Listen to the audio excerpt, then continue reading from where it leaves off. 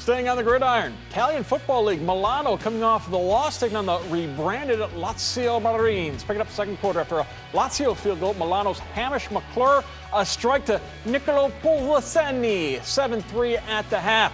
Third quarter, the Marines come marching in. Quarterback Austin Alberici, the read option, gives his team the lead. Later in that third, Marines ball once again. Alberici throw.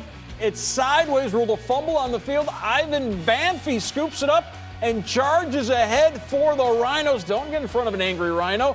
It's a touchdown after two Lazio field goals to retake the lead going into the fourth. It was all Rhinos. McClure finding a wide open Romello Bentley as Milano wins 27-16, picking up their first win of the year. Mason and Nick break down this back and forth affair. Well, you know, I hesitate to call this a bounce-back game for the Milano Rhinos, but if nothing else, it was a bounce-back fourth quarter. Yeah, it sure was. I mean, they lost the game last week in overtime, started really slow in the first half of this game, but put some things together towards the end, and that passing game, again, showed itself to be the strong point for them. Yeah, they had such a weird season last year, the Rhinos did. They opened the year 3-0, dealt with a ton of injuries, ended the year 4-5.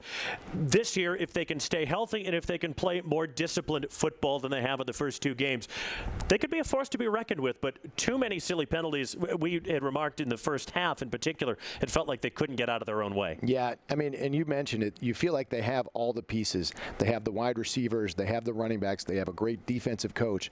If they can put those things together, eliminate those penalties, which we've seen a lot in these first two games, they could really make a push towards the playoffs. Yeah, hopefully Bruno Escobar, their best wide receiver, is healthy. He came up limping several times. He hurt one of his knees.